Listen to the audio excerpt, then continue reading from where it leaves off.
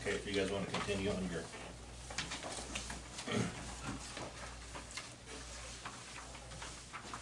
Okay, so again, the SBA, this is what your guy used the first page for getting the support units and to make sure I was doing the math right.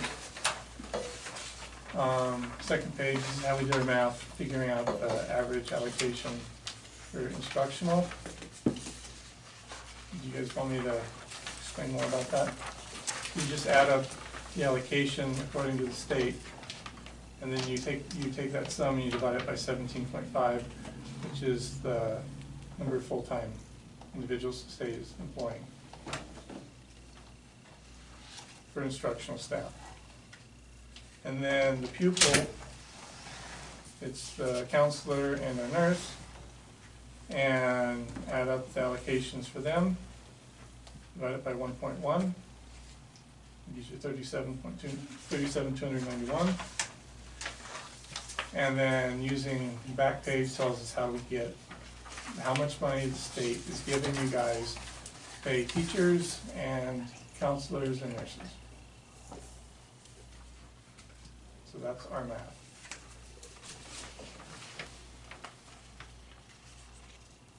Should be more in line with what you guys had yesterday.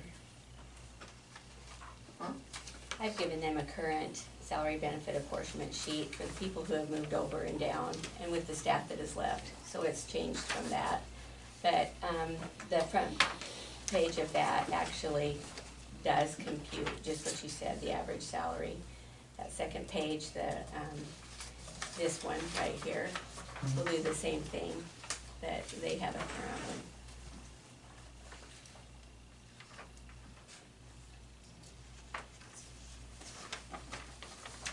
And this is also the numbers. Never mind. Never mind.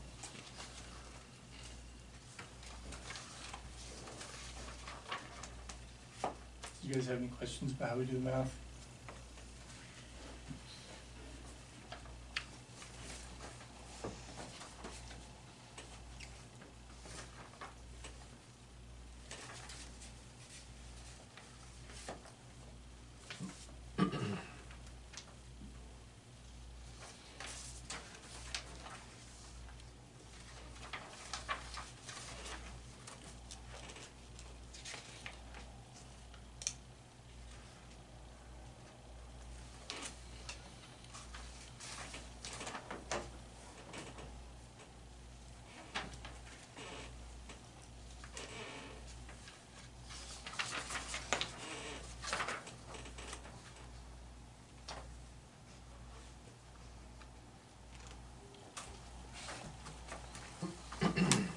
Let's start by questioning one number.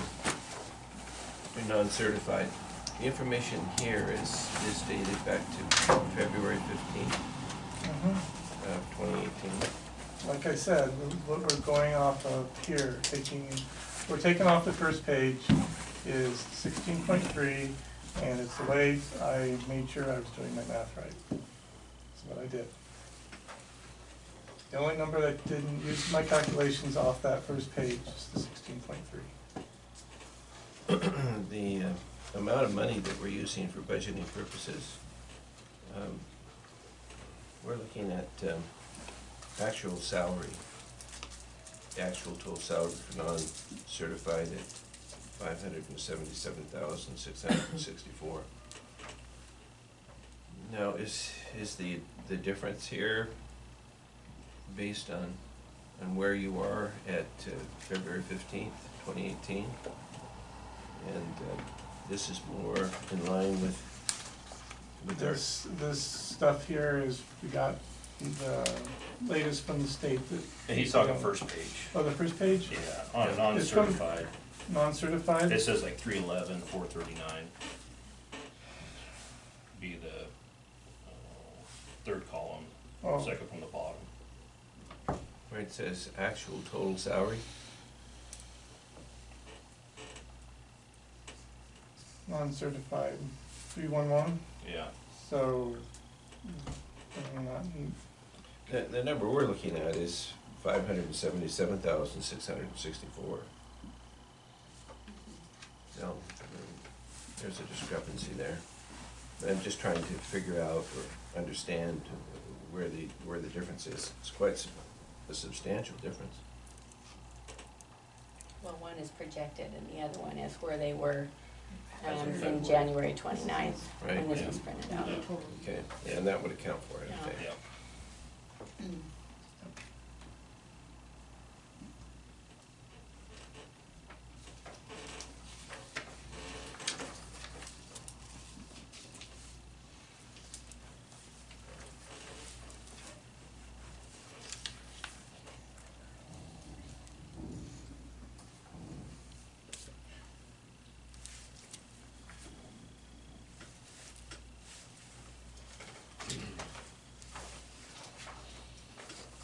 We would really like to wrap up negotiations as quickly as possible.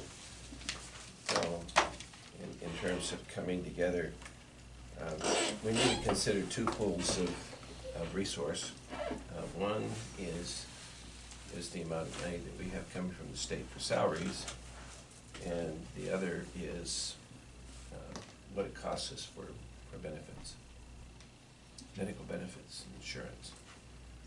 And what we, in terms of our concept, what we see is these two pools of money being limited. We are looking at it conservatively. I think, you know, in terms of the philosophy of the board, if I can speak for the board, is to look at our finances in a conservative way, because we want to be able to pay for all of our bills, which come in a monthly basis, and all of our salaries at the end of the year, so that we don't have to issue what are called warrants, which you can't take to the bank. You know, they're just a promissory note. So we do figure our resources conservatively, because we need to have that reserve, and we are protective of it because of our because of the board's fiduciary responsibility to the communities that we serve. We have lowered our levy from, I think it was 660, it was 860, 860 to 810, because we could see additional resources coming from the state. So we took that action to benefit our communities. The reason we did that was because these communities are sacrificing at a pretty high level, and you know, we wanted to do it in good faith. We also wanted to pass a levy for 2 years, which we did do. So we're locked into those figures for the next 2 years. We were anticipating that the state was going to provide additional resource. So that's what we're dealing with here, and we're conservative. I wouldn't describe that as being lowball. I think having a conservative outlook and coming to the table in good faith, we're sharing what we think we can do, and we want to be, you know, we want the staff to have good morale. We want to see a reasonable increase. We want to cover medical expenses and insurance. And so what we presented, you have these two pools, and if we give more in one area, salaries, then we have to take away from the benefit pool in order to compensate for that. And we're just being upfront with you with that. If we, you know, we have these two, we have to, you know, we have to balance the two out. We would prefer to keep our salary increases at a moderate level, and so we've suggested 2.3%. I think there's a consensus on the board that we're prepared to go higher than that. You've come in at 5.9%. We see that as a little more than we could afford. Could we do 5.9%? Could do 5.9%. But if we do 5.9%, it really cuts in significantly to those benefits to the benefit side of it, and we would prefer not to do that. So on the insurance part, is that, do you guys think that's fair? What we proposed? Let's kinda get to that a little bit before we start nailing in on that. As far as I know, the insurance committee did not make a recommendation. Didn't have enough information. So, cause what's the increase gonna be, 3.2? Depends on what you wanna look at. Cause right now the 3.2. district pays what, $7.42 for them? Well, I was at that meeting and we discussed, the district paying $800. No vote was taken on that, so no recommendation. Okay. I guess we're at $7.42 then. Cause we're district was paying $7.42, proposed $800. So that's an increase of $58 a month No recommendation, so to be legit, I would say there's no recommendation. I guess we can start it right where we're at then, negotiate. Otherwise, I think you're gonna ask for trouble. If you, do I like to see 800? Yes, I would like to see 800. But, again, no vote was taken, so I actually tried to get a vote.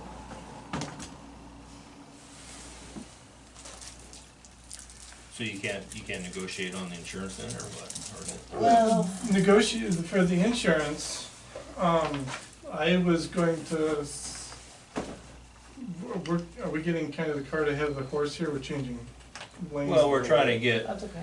I mean, we're trying to, you know, they go one and together, you know? Yeah, no, I understand. That's a package, and that's a negotiating, you know, well, if you want this, we give you this, you know, it's kind of a combined deal. Yeah, I would certainly like, whatever we talk about today to kind of go to the insurance committee. I feel like the people on that committee know a lot about insurance and, not necessarily like the insurance committee's gonna ratify it, but just to kind it's of, kind of a little late for deal. My suggestion would be, because the 800 increase was not voted on. Yeah. And so I'd be very uncomfortable saying that we should go with it. Would I like to see it go? Yeah, but again, no voted on it, so I don't think it'd be appropriate for us to do that. I would suggest just going with more or less keeping the insurance the same that we had, same vision. Go with the renewals on everything. That would be my suggestion for the insurance. They wanted to talk about changing the benefits and et cetera, which I'm extremely open to, but we need more information. Because I mean, you have potential, especially with the classifieds, to put them in a big bind. Because they make the least out of all of us. Yeah. And so insurance is gonna be, some of them work for insurance. No, yeah, totally. And I don't want to put them in a bind without having that information. It'd be super unfair. And so I don't like to put things off, but I would actually suggest putting this thing off for a Well, year. at the one meeting where we decided to, dissolve our contract with the Murray Group, that brought down, our insurance a little bit, but of course then there was a 3.2% renewal. But at that time, that was pretty much settled. Yeah, so, So, yeah, we are gonna stick with what we have here. yeah. And the renewal, and no Murray Group.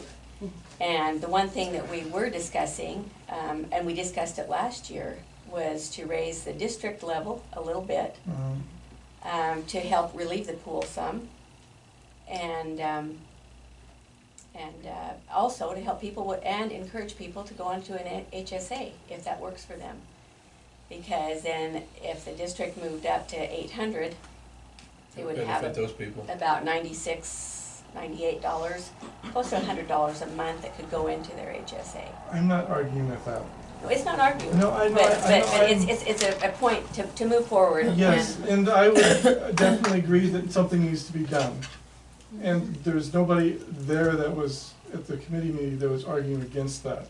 Because everybody wants insurance, pool is important, we should keep it. Yeah, and our rates are Everybody agrees it's astronomically high. Yeah. Yes, but I would suggest just keeping it the same. Next year, I definitely wanna make that the order of business for the insurance committee, but we need information, we need to know how much, who's on what, how much is paying, et cetera, et cetera, et cetera. I guess, We what can't do I don't that. understand is why you're willing to give away free money. If the district's willing to pick up more of the cost, why are you willing to say, no, we don't want it? You're right. Yeah, That's a no-brainer to me. The district's gonna pick up more of the cost of your insurance and you're saying, no, don't do it, we ain't gonna do that. Well, I think right now, Joe, I think everybody, regardless of what, there's, if you look at the sheet I gave you, there's about 10% the total cost. Some people are actually having a deduction taken out of their checks, and then there's others who are not. And what's happened in the past is that they've negotiated saying the pool is gonna pick up the increase. Well, there's what, for a family, it's over $2,000 a month. Right. And then the single employee is $866. So it's not very equitable across the board. It's a very gray area. And the district has been picking that up. And this year, it's like I told the insurance committee, we can't do that. We've got to have more of a black and white way of doing our insurance. And I did mention, you know, if people are gonna have, you know, children, spouse, family, above what an employee is paid out, they should put some money in. I think that's what Eric was referring to, is that will affect classified employees too much. And so he wants the pool to continue to pick that up. So,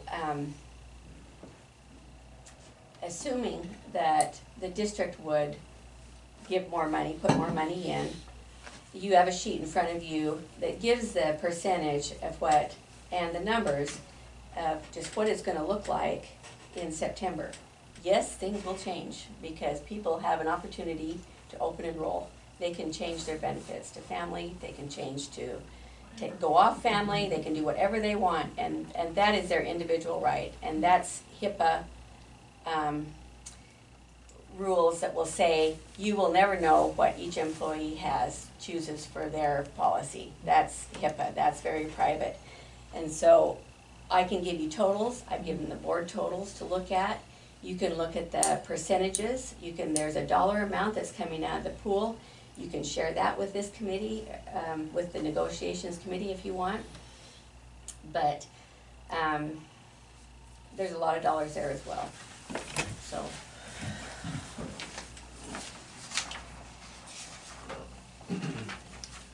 Where are we in terms, you know, we're pretty far apart. I think yesterday we ended at 2.3% for salary, and you were at 5.9%.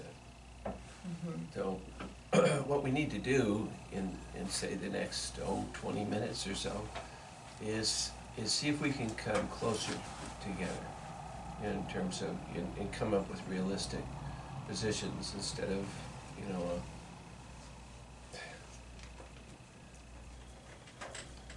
doing what we're doing is not working. It will take a lot longer. So what we'd like you to do is think about a number that's realistic, you know, given our circumstances.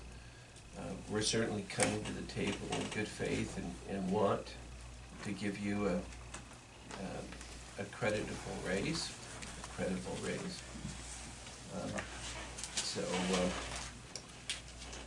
perhaps we need another caucus. Or do you guys have a number you want? let's do the caucus first. Okay. It should be a relatively short one. Okay. We're with you on that. Are you checking?